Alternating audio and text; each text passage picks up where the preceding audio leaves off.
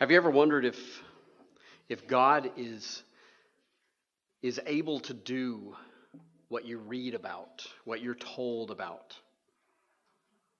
Is he listening? Does he care? These are issues of faith. Is he all that he says he is, or what others have said that he is, especially in his timeless truth of his word? These things matter. You know, a couple was sitting in premarital counseling once, and they were talking about their childhood beliefs, their childhood traditions. He didn't grow up believing in the tooth fairy or the Easter bunny, and he kind of resented that. He was kind of like, things just weren't allowed to be fun in our home like that. That was kind of his interpretation and looking back on his childhood. Her parents, on the other hand, were all about these stories, these myths and childhood traditions. And so as they taught, he kind of thought he'd like for their kids to grow up with enjoying these sort of myths of childhood. And the time came that their first child was born and had grown and had gotten teeth, and their first child lost its first tooth, her first tooth, and he's like, okay, so we're going to do this Easter bunny thing, right? She's like, okay, that sounds fine, sure. Why not? He's like, okay, so they get the child's tooth, and the child's they are talking to the child about, okay, put it under your pillow, and the Easter bunny, not the Easter bunny, the tooth fairy. Sorry, yeah, he really wasn't up to speed with these things, I guess. So the tooth fairy's going to show up and lay an egg. No. Tooth fairy's going to show up and put money under your pillow in place of your tooth. And just about that time, he's got the tooth in his hand, and he looks over at his wife and he says, so we supposed to say some sort of spell or something? Is there some sort of tooth fairy incantation that we're supposed to make happen here? She looks at him like, are you nuts? It's not real. Well, no matter how strong a person's faith might be in something like the tooth fairy or the Easter bunny, that faith is worthless if what they're putting their faith in doesn't exist. Faith can be strong or weak, but the value of that faith is only worth as much as the object that they're putting that faith in. This morning we're talking about standing firm in faith. Standing firm in faith. And we're looking at three different instances that Matthew and Mark line up one after another of Jesus' interaction with Gentile people. And they should infuse our faith. They should inform our faith. But one that begins these, the first of these does have to do with the individual's faith. But more than anything, I want you to see in what we are told about Jesus, of what he is capable of, what we are putting our faith in, who we are putting our faith in. You know, most of you didn't leave home this morning thinking, we better leave enough time so that if the car breaks down between here and there, we'll be able to get out and walk to church and make it there in time, right? No, I mean, you had a reasonable amount of faith in your vehicle that it was going to get you from your house to here. And partly that was from experience, but otherwise it's like, what is the value of having a car that's not going to get you, that's not going to do what it's supposed to do, take you from A to B? Saying that, Kelly and I and Josh and Brittany, we were at a conference in Peoria this past week. Our car is still in Peoria because it didn't feel like getting from Peoria back here. Thankfully, it's just a matter of a few spark plugs. But, Kelly and I are planning a trip to my cousin's wedding in Charleston this summer. And so all of a sudden I'm thinking, is that car going to get us to Charleston? Right? Because I'm wondering, is this car going to do what it's supposed to do? I've lost faith in this car in many ways. Let me make an important point here as we talk about standing firm in faith. As we move forward, I want you to keep this in mind. God always does what he is supposed to do. He always does what he is supposed to do. And that is to glorify himself. We can have total faith in God, the God that has never changed, never will change, to do what he is supposed to do. And he is supposed to glorify himself. So keep that in mind as we move through this. Today, as we look at Jesus and learn about standing firm in faith, we're learning about standing firm in faith in God's mercy, standing firm in faith in God's healing power, standing firm in faith in God's supply, how he is going to supply for his work. Does that mean he is always going to do those things when and how we think that he should? No. But we can still stand firm in faith that God is always going to do what he is supposed to do, and that is to glorify himself, and he does not change in that. This is not about what God is going to do or is supposed to do, like he obeys our desires. This is about what God is able to do and about how Jesus is worthy of our faith. So the first truth that we can take to the bank about God is that he is able to have powerful mercy. And first of all, I want to challenge you, stand firm with faith in God's mercy. And we read here an account in Matthew 15, starting verse 21, of this sort of situation. We read, Jesus went away from there and withdrew to the district of Tyre and Sidon. And behold, a Canaanite woman from that region came out and was crying, "Have mercy on me, O Lord, Son of David. My daughter is severely oppressed by a demon." But he did not answer her a word. And his disciples came and begged him, saying, "Send her away, for she is crying out after us."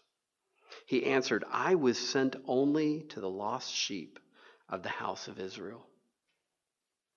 So just to kind of keep in mind what's going on in Jesus' ministry here, Matthew has us in a place where he's pulled away from the territory of Herod Antipas, the man that executed John the Baptist. And Jesus is spending time in Gentile regions here. The mercy here that Jesus is being asked for is that to deliver a woman's daughter from demonic oppression. That is the mercy that is being called out for here. And you can see on the map here that Jesus is pretty far away from Judea and the area of Jerusalem. That lake that you see kind of in the bottom section of the map, that's the Sea of Galilee. And below that, probably another 50 miles is the city of Jerusalem, which would have been the center of the religious leaders and such. So Jesus is all the way up at Tyre and Sidon along the Mediterranean Sea. So this is a very Gentile area. And so we see, while in this Gentile area, a Gentile woman, Matthew associates her with the Canaanites, which we don't really know if she's truly by blood a Canaanite, a person of the ancient people that lived in that area at the time of Abraham. But she's continuously crying out to Jesus for healing for her daughter of demonic oppression. How sad of a situation we would expect that to have been. Jesus' disciples request that he put an end to her loud, incessant requests.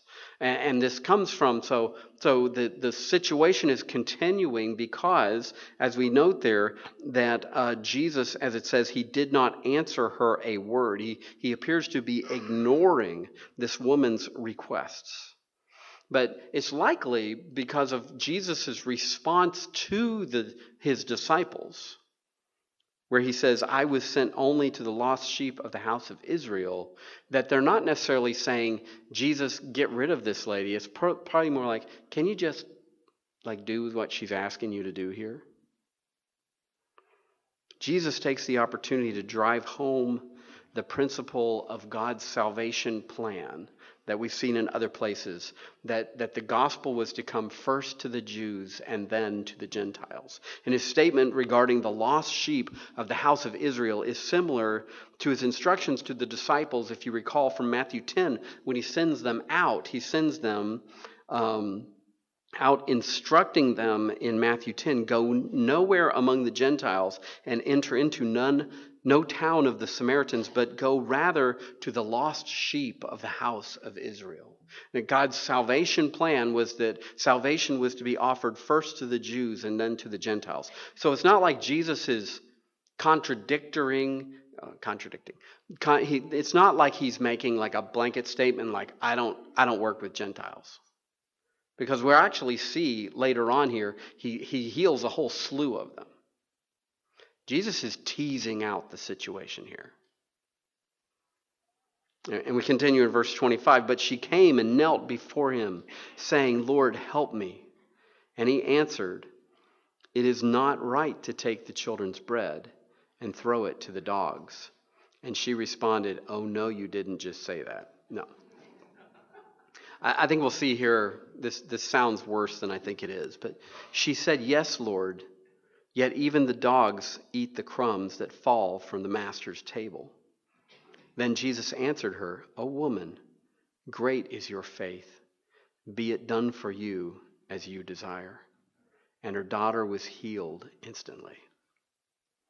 The term that Jesus uses for dog here, it's not the term that the Pharisees, the religious leaders, commonly used for Gentiles. I mean, they kind of called them like wild dogs, like the street dogs that would just eat garbage or bark after people and things like that.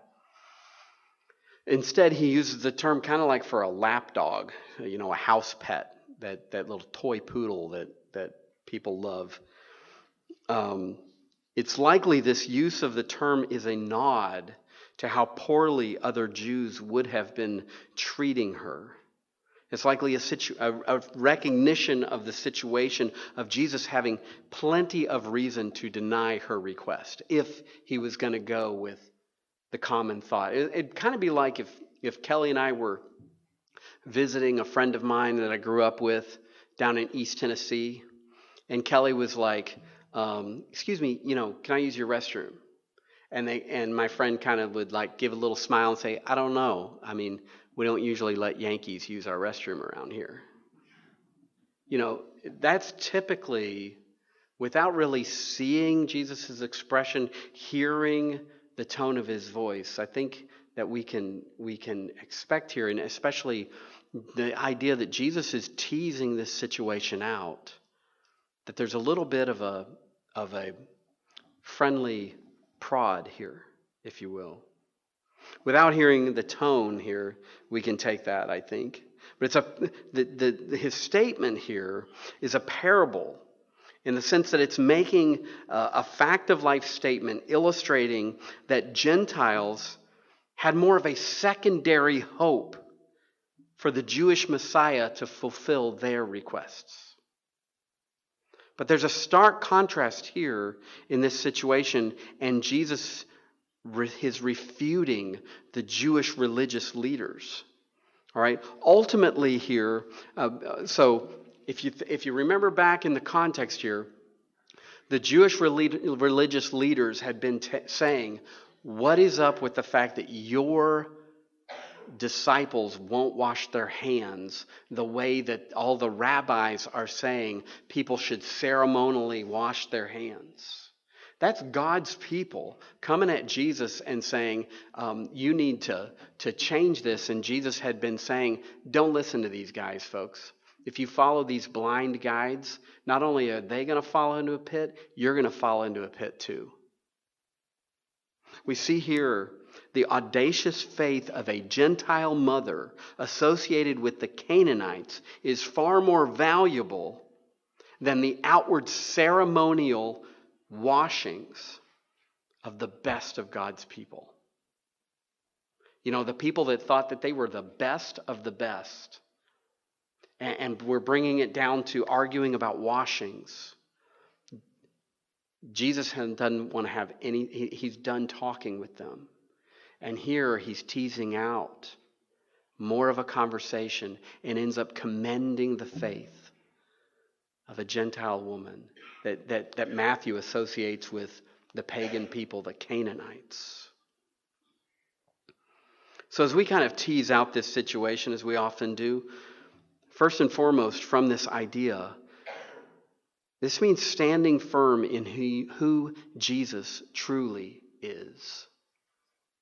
Notice there that she has referred to Jesus with the respectful term Lord, and also she has called to him with his name that reflects his role as the Jewish Messiah, Son of David, his kingly role.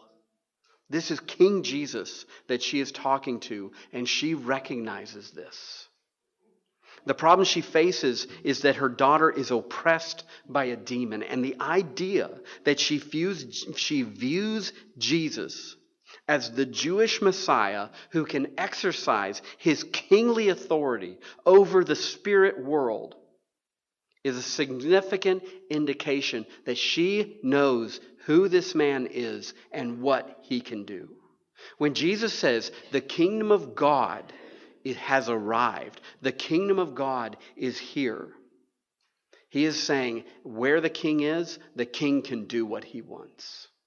And no demon or sickness is going to be able to stand against him glorifying himself as he chooses to.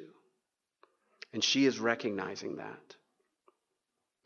Stand firm on who Jesus truly is. I hope that you will take a greater degree of certainty to your faith, your assurance of things that are unseen by what we see confirmed here in the passage here this morning. Secondly, stand firm in a persistent plea for God to work. We see that modeled in this mother here. Rather than from a distance, the woman draws close and deals with Jesus directly, begging him to help her daughter. This woman has already shown recognition of Jesus' role as Israel's Messiah, and she is definitely showing persistence here. And we should take Jesus' statement as being that he is not as being that he is opposed to doing what she is asking. All right? You know, where he's like, I'm not sure that I'm supposed to give this to you, Gentile. Like I said, in the next passage we look at, he is healing a whole crowd of Gentiles. That's not the deal that's going on here. Instead, we can see his statement as being a challenge intended to draw out her faith. And the woman's humble response of, Lord, yet even the dogs eat the crumbs that fall from the master's table. I think I can hear my dog in Crawfordsville saying, amen, preach it. Right? The woman's humble response to Jesus' challenge is a parable also. Those that are in the right place at the right time can still catch the blessing of what may have been intended for someone else, she's saying. The woman's determination to seek to have Jesus exercise his authority as king over demonic oppression is not deterred by Jesus' loving rebuff. Her conviction stands strong, and her conviction is that Jesus is the Son of David who carries the authority of the Messiah King. That is what is confirmed and should be confirmed in our hearts through this event. So lastly here, under this idea of standing firm in faith of God's mercy, is stand firm in faith to unlock God's work. Jesus praises the woman's faith like he has for no one else. No one else in the Gospels does he make this statement, "Great is your faith." The closest to come to this compliment was a Roman centurion that Jesus says about him, with no one in Israel have I found such faith. Incidentally, that Roman centurion, he also had faith that Jesus could heal his servant from a long distance, just like this woman is asking with the deliverance of her daughter. The big contrast that we take from the larger context is this. The faith of an unclean Gentile woman glorifies God more than any amount of traditionalism coming from God's very own chosen people. The faith in Jesus for who he says he is, of a quote-unquote unclean Gentile woman, glorifies God more than any amount of traditionalism of God's chosen people. That's kind of this passage set in the context of Matthew 15. So stand firm with faith in God's mercy. You know, just to hit on a little bit in your notes there, I think it says like for further study. If you want to see like the involvement of in Matthew and other places, the involvement of faith and how it works with God being at work. We saw this first with Peter walking on the water in Matthew 14. That he, while he had faith, while his eyes were on Jesus, he walked on that water. And when his eyes went away from Jesus, he started to sink, and he calls out saying, "Lord, save me." And we read that Jesus immediately reached out his hand and took hold of him, saying, "O you of little faith, why did you doubt?" Reminds us of what James 1 says. If any of you lacks wisdom, let him ask God, who gives generously to all without reproach, and it will be given him. But let him ask in faith with no doubting. For the one who doubts is like a wave of the sea that is driven and tossed by the wind. For that person must not suppose that he will receive anything from the Lord. Peter's experience that we saw there contributes to something that we've observed in Matthew. It seems to me that Jesus' power is enacted, is in some ways dependent on our faith. It's not his level of power is not dependent, but his willingness to use that power is. We ask the question, is it possible that there are times when God's miraculous work is waiting for us to exercise faith? We saw this in chapter 9, the woman with the issue of blood that believed that she could be healed by Jesus. And Jesus says to her after her healing, "Take heart, daughter, your faith has made you well." We saw this in chapter 9, the two blind men pleading after Jesus to be healed. And Jesus telling them, "According to your faith, be it done to you." We saw it in chapter 13. Jesus' kinfolk in Nazareth, they did not believe that their cousin Jesus could really do what he claimed to be doing. And it said that he did not do many mighty works there because of their unbelief. And here we see in chapter 15, this woman's refusal to be turned away, pleading for her child. And Jesus tells her, "Great is your faith, be it done to you as you desire." Now, the last thing that I want to be trying to communicate here is that if somebody just had enough faith, they could get God to do what they want him to do. That is not what this is saying. But our faith plays a role. First of all, it plays a role in glorifying God. And then we can trust that God is going to glorify himself as he sees fit. And his way is best. Many ways, this woman pleading for her child, you can think of the way that we are to approach God as the way a child approaches their parent, asking for help. But there's a difference between manipulating and seeking help or seeking mercy. Interestingly, this woman calls out for mercy.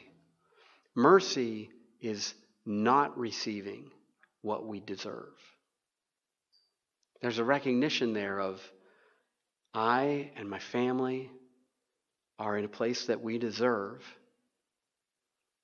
but we're asking you to change that, to do differently than we deserve. Approaching God in faith is not about manipulation. It makes me think of when my daughter was years ago, she was doing orientation at Purdue, and she said, Dad, at least the way that these other girls were talking about their parents, it doesn't seem like they love them very much. It was all kind of a matter of, oh, you know what? I'm probably going to need a computer. I'll just tell my dad I have to have it. And then she said something like the next thing the girl said was, "At you, Dad," which I didn't understand what that meant. I think it's a Twitter form of "I'm talking about you, Dad, and you don't know it." But it was kind of saying, I'll just manipulate my dad. He gives me what I want. And it's an undermining of that relationship. It's not the relationship that's intended to be there. But obviously, we as parents, we as grandparents, we want to give what we can give that is best for those that depend on us. And God's the same way. And his way is best. It's not a matter of God owing us anything. It's a matter of mercy. It's not a matter of us definitely knowing that God will work and in what way. It's a matter of us not wanting to miss out what God might do because of a lack of faith. There is that element in there. We got to ask ourselves, how much do I miss seeing God accomplish because of my weak and short-lived faith? We should ask God to increase my faith and give me a hunger to see him work and do what he can and must do in order to change the world around us for his glory. This might mean fasting and praying. So first, we're challenged this morning to stand firm with faith in God's mercy. And next, to stand firm with faith in God's healing power. We see in verse 29 here that Jesus went on from there and walked beside the Sea of Galilee. And he went up on the mountain and sat down there. And great crowds came to him, bringing with them the lame, the blind, the crippled, the mute, and many others. And they put them at his feet, and he healed them, so that the crowd wondered. And when they saw the mute speaking, and the crippled healthy, and the lame walking, and the blind seeing, and they glorified God of Israel. And they glorified the God of Israel. Mark tells us that this took place in another Gentile area called the Decapolis. And this is some distance from Tyre and Sidon. You can see it on the map there that down at the bottom right, it lists off that area of the Decapolis. Jesus is still staying out of the region of Herod Antipas. And he's among the Gentile people. You got to kind of ask yourself here. So with each of these people that came up, was Jesus saying, "I've only been called to the lost sheep of Israel. It's not right for me to take what belongs to the children and give it to dogs"? No. his interaction with this Gentile woman up in Tyre and Sidon, there was a purpose to it. Drawing out her faith, displaying her faith. God is going to do what brings him glory, what furthers his message of who his son is. And while in this mainly Gentile area of the Decapolis, this crowd gathers that are desiring to be healed. It seems that Matthew and Mark take us through this section here. The desire here is to show Jesus' ministry among this Gentile area. I'm sure he did other things on his way back down from Tyre and Sidon all the way down to the Decapolis area here. But in this situation, Jesus is described as meeting the needs of many Gentiles without putting any obstacle in their way, as he seems to have done with the Canaanite woman, as I mentioned. Instead, here, he's healing lifelong disabilities and maladies. He is showing himself to be the Messiah in fulfillment of many prophecies of the authority of the Messiah King, who will come and do a turnaround in so many of these disabilities that would have been easily considered a person just destined to experience for the rest of their life. And while the Jewish religious leaders, who should have recognized him, accused him of using Satan's power to do these kind of things, these Gentiles, what do? They glorified the God of Israel. Again, we see that contrast here. While Jesus is staying away from the Jewish region ruled by Herod, that the fruit that is being born among these Gentiles should be putting these Jews that have rejected him to shame. You know, in many ways, faith in versus assurance of a parent's wealth is a little bit different. You know, it's kind of like if you think about like a child that is told, don't worry, we have plenty to supply with what you need. We have plenty to be able to provide for you. Faith in God's healing power is not about receiving assurance of God's healing power. It's about being assured of God's healing power. Being assured even when we are not receiving it. Like the difference of that little girl that's being told, we have plenty to provide for you. Faith in that is to say, okay, I can rest in that. That's different than the child saying, okay, well, can we go to the bank and see it? Because I'm still nervous about this. I'm still wondering, am I going to have clothes for school? Can you show me a statement? And then even further, it say that she becomes assured, okay, my parents got what they need to be able to take care of me. So why aren't they? I see that they're able, but so it must just mean that they don't love me. Why aren't they giving me what I want? Can you see how we do that with God? God is great and God is good. Walking in faith with God is about recognizing God is able even if he doesn't. God still loves me even if he doesn't do what I think he should. That's walking in faith. The child that is assured without seeing, this is faith, and this is a type of trust that glorifies God. The saint that can go to their grave looking forward to being healed is standing in faith and glorifying God. We all will truly be healed. All followers of Christ are going to be healed on one day. In the meantime, I am more impressed with the faith of those who live with chronic illnesses and trust in God's power to heal still. I am far less impressed with those who experience deliverance or healing and claim that it is because of their faith. I met a pastor this past week at the conference. He's in Rogers, Indiana. And I thought it was interesting because he wore sunglasses in all of the sessions. And I'm like, this is odd. But then I noticed that he also went from one seminar to another holding the arm of another pastor.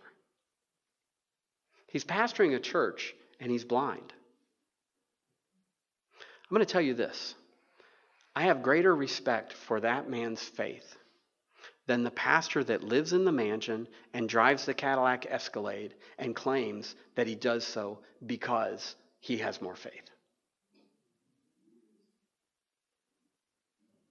I have greater respect for the pastor that pastors without being able to see.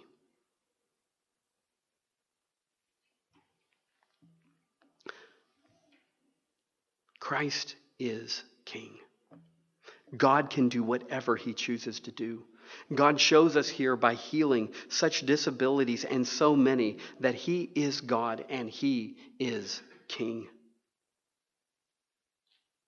So we've seen here this morning that we can stand firm with faith in God's mercy and stand firm with faith in God's healing power. We are also called to stand firm with faith in God's supply for his work. God supplies for what he chooses to do. Now I'm going to read a lot of verses here, but don't worry, we've already preached through this passage here, verses 32 through 39. But the next thing we see going on, and this is also in this Gentile area, Jesus called his disciples to him and said, I have compassion on the crowd, because they have been with me now 3 days and have nothing to eat. So this healing and teaching of all these disabilities, this goes on for 3 days. And Jesus says, and I am unwilling to send them away hungry, lest they faint on the way. And the disciples said to him, where are we to get enough bread in such a desolate place to feed so great a crowd? And Jesus said to them, how many loaves do you have? They've been here before. Remember, it was 5,000 people. And it was a Jewish region. And they said, 7 and a few small fish. And directing the crowd to sit down on the ground, he took the 7 loaves and the fish. And having given thanks, he broke them and gave them to the disciples. And the disciples gave them to the crowds. And they all ate and were satisfied. And they took up 7 baskets full of broken pieces left over. And they're like, really? Do you want more? We got more. No, I am stuffed. And those who ate were 4,000 men, besides women and children. So we're talking 12,000 people at least. And after sending away the crowds, he got into the boat and went to the region of Magadan. Like I said, I preached on these verses when we looked at Jesus feeding the 5,000, which were actually at least 15,000 people, counting the women and children. It's 12,000 at least this time. So it's been 3 days of revival meetings and with Jesus as the keynote speaker and doing a bunch of healing, and everyone has run out of food.